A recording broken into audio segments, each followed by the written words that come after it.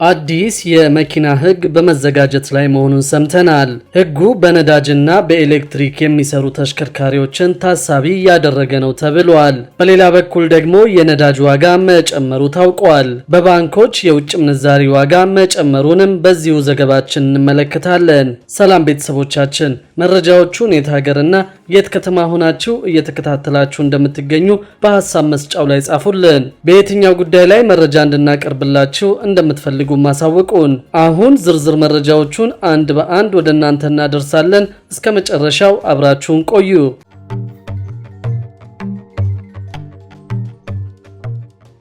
በባንኮች የውጭ ሀገራት ገንዘቦች ምንዛሪ ጭማሪ ማሳየቱን ሰምተናል። በስድስተኛው ዙር የውጭ ምንዛሪ ጨረታ የአንድ የአሜሪካን ዶላር አማካይ ዋጋ 133 ብር ሆኖ መመዝገቡ ታውቋል። 14 ባንኮች በተሳተፉበት ስድስተኛው ዙር የውጭ ምንዛሪ ጨረታ የአንድ የአሜሪካን ዶላር አማካይ ዋጋ 133 ብር ሆኖ ተመዝግበዋል። የኢትዮጵያ ብሔራዊ ባንክ 50 ሚሊዮን ዶላር ያቀረበበት በዚህ ስድስተኛው ዙር የውጭ ምንዛሪ ጨረታ 14 ባንኮች ተሳትፈውበታል። የ1 ዶላር አማካይ ዋጋ 133 ብር ከ17 ሳንቲም ሆኖ ሲመዘገብ ከሁለት ሳምንት በፊት በተካሄደው አምስተኛው ዙር ጨረታ የ1 ዶላር አማካይ ዋጋ 132 ብር ከ90 ሳንቲም እንደነበር ይታወሳል። በዚህም ምክንያት ከባለፈው አንጻር መጠነኛ የዋጋ ጭማሪ ማሳየቱን ያወቅ ነው።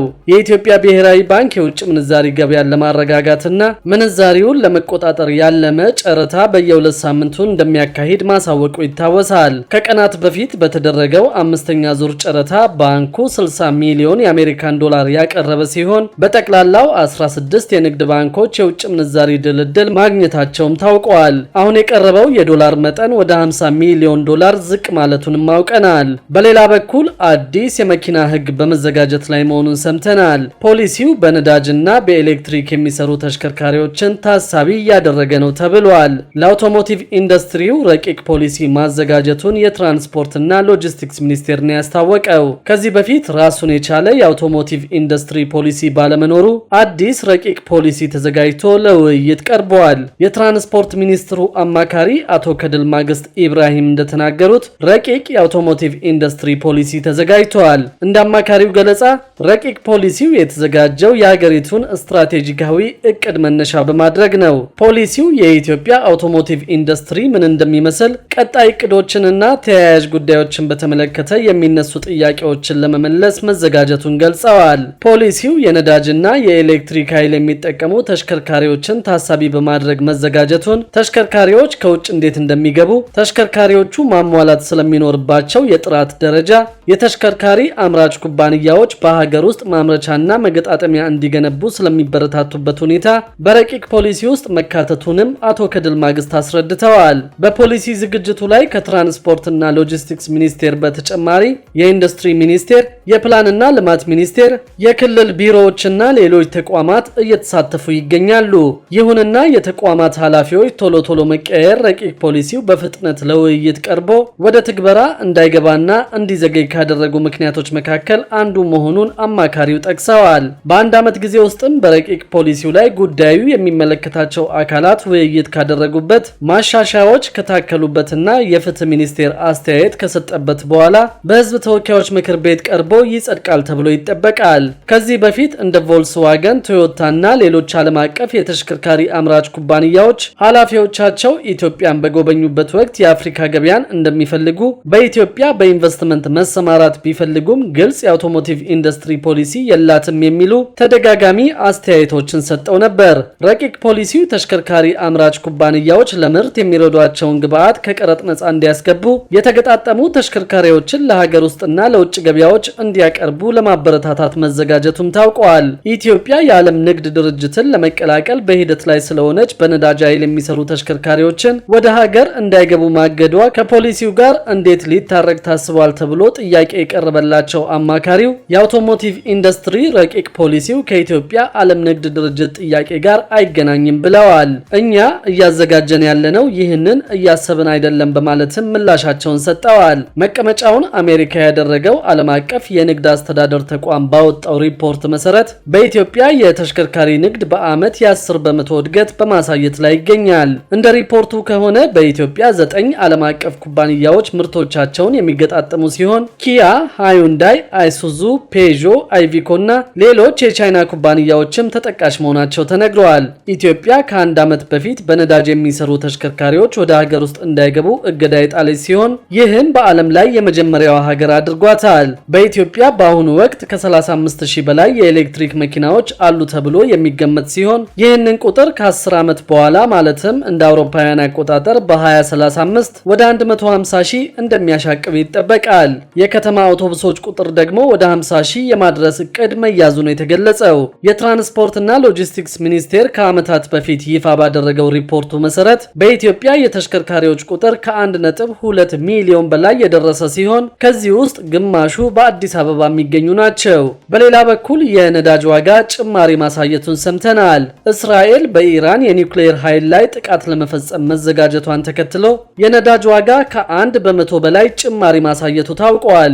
የብሬንት ድፍድፍ ነዳጅ የሐምሌ ወር ዋጋ 68 ሳንቲም ወይም 1 በመቶ ከፍ ማለቱን የታወቀው።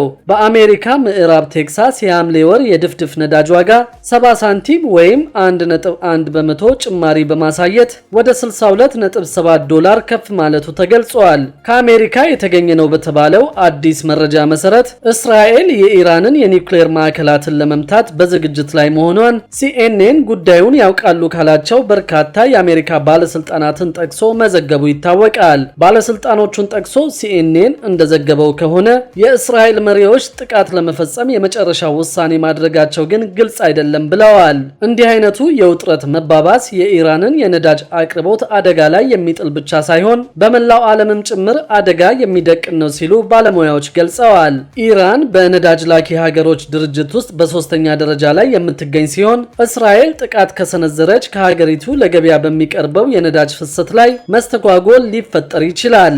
በተጨማሪም ኢራን በባህረ ሰላጤው በሆርሙዝ ማለፊያ በኩል የሚተላለፈውን ነዳጅ በመዝጋት አጸፋውን ልትመልስ ትችላለች የሚል ስጋትም ተፈጥሯል። ኢራን መተላለፊያውን ከዘጋይ ሳውዲ አረቢያ፣ ኩዌት፣ ኢራቅ እና የተባበሩት አረብ ኤሚሬቶች ድፍድፍ ዘይትና ነዳጅ ወደ ውጭ መላክ እንዳይችሉ ያደርጋቸዋል ተብሏል። በሌላ በኩል ደግሞ በአዲስ አበባ ለሚገነባው የረዥሙ ህንፃ ግንባታ ዓለም አቀፍ ጨረታ መውጣቱ ታወቀ።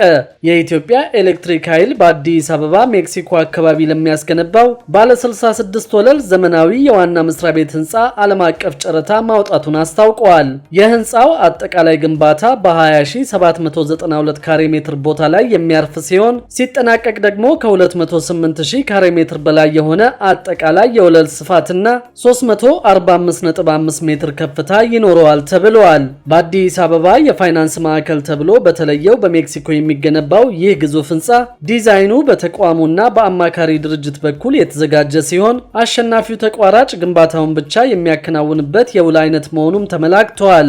የወጣው ጨረታ የግንባታውን የስራ ዝርዝርና ግንባታውን ለማከናወን ተቋራጮች ሊያሟሉት የሚገባውን የፋይናንስና የቴክኒክ መስፈርት በዝርዝር የሚያመላክት ስለመሆኑም ተገልጿል።